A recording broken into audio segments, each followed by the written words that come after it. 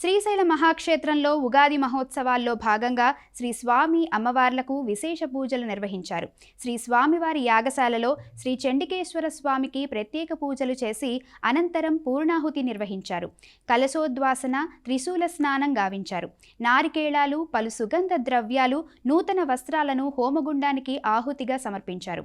ఆలయ కార్యనిర్వహణ అధికారి శ్రీనివాసరావు దంపతుల సమక్షంలో వసంతోత్సవం వేడుకగా కొనసాగింది. తదుపరి శ్రీ చండికేశ్వర స్వామి వారిని మల్లికాగుండం వద్దకు తోడ్కొని వచ్చి అవభృత స్నానం నిర్వహించారు.